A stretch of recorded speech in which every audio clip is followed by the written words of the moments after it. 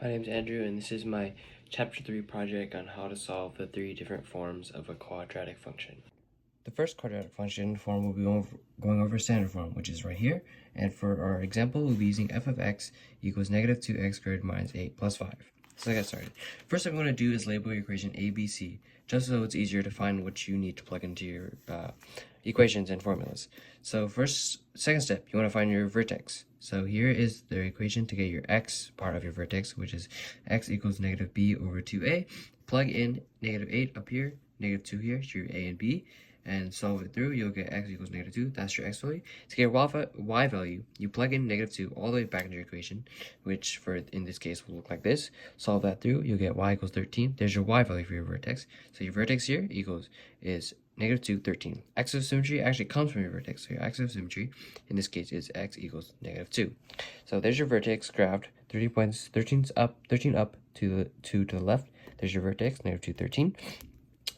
So there's this, but you may be wondering how do you get your 2 x points here? Well, it's actually very simple. You get your points from your equation, which is actually the c part of your equation.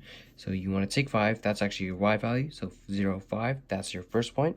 0 on the x, 5 up on the y, there you go. And then to get your second point is actually even easier. You just reflect it over your axis of symmetry, which is x equals negative 2. So when you flip it over, you'll get negative 4, 5, boom. There's your graph completed, all 3 points plotted. And then here's your parent function, f of x equals x squared, right here. And in comparison from these two graphs, the graph opens down while the parent function opens up. The vertex is a translation 13 units up and 2 units to the left from the parent function. It's a vertical stretch and reflects it on the x-axis. How to find the domain and range for something like this? The domain is all your numbers, and the range is y is less than or equals to 13, because 13 are your y, and everything down there is your range. Next up will be graphing quadratic function in intercept form, which is listed right here. For example, would be f of x equals 2, parentheses x plus 3, parentheses x minus 1. Find your x-intercepts, very simple. Take these 2 points here, set them equal to 0. Solve them across. You'll get negative 3, 0, 1, 0. Those are your x-intercepts. Plot on the graph right here. Next, find your vertex. You want to plug in your points into this formula right here, which in this case will give you negative 1. That's your x value for your vertex. And then you take negative 1, plug it back into your formula, and this will give you, in this case, negative 8, which is your y value for your vertex. Boom, x value, y value for your vertex. The axis of symmetry will actually come from negative 1, negative 8, which is your vertex, which is your x value will be, your axis of symmetry will be x equals negative 1. So now you have all your points plotted your vertex, negative 1, negative 8, that's your vertex. Your 2 points, negative 3, 0, 1, 0, right here on your vertex. This is your axis of symmetry going straight through the vertex, x equals negative 1. Here's the parent function graph, f of x equals x squared, and in comparison from that graph to your graph, both graphs open up, and the graph K is narrower than the parent function by a factor of 2. The vertex of graph K is 1 unit to the left and 8 units down from the vertex of the parent function. Finding the domain for a graph like this, very, very easy. Domain, all real numbers. Range, y is greater than or equal to negative 8, because you can see here, negative 8, and it's everything greater. And that's how you get all your information on graphing vertex form.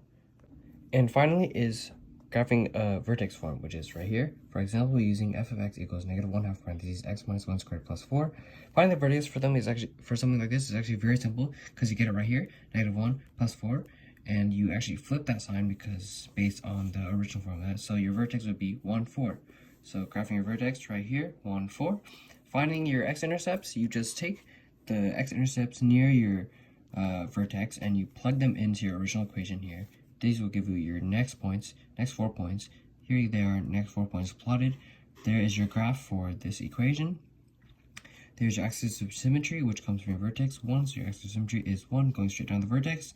There's your parent function, which is f of x equals x squared, right here. And in comparison to the normal graph, it's the graph of f opens down while the graph of the parent function opens up. The graph of f is wider than the graph of the parent function by a factor of 1/2, which is a vertical strength. The vertex is a translation 1 unit to the left and 4 units down, and is reflected upon the x-axis from the parent function. And your domain is all real numbers, and your range is y is less than 4, because you see here it goes less than 4.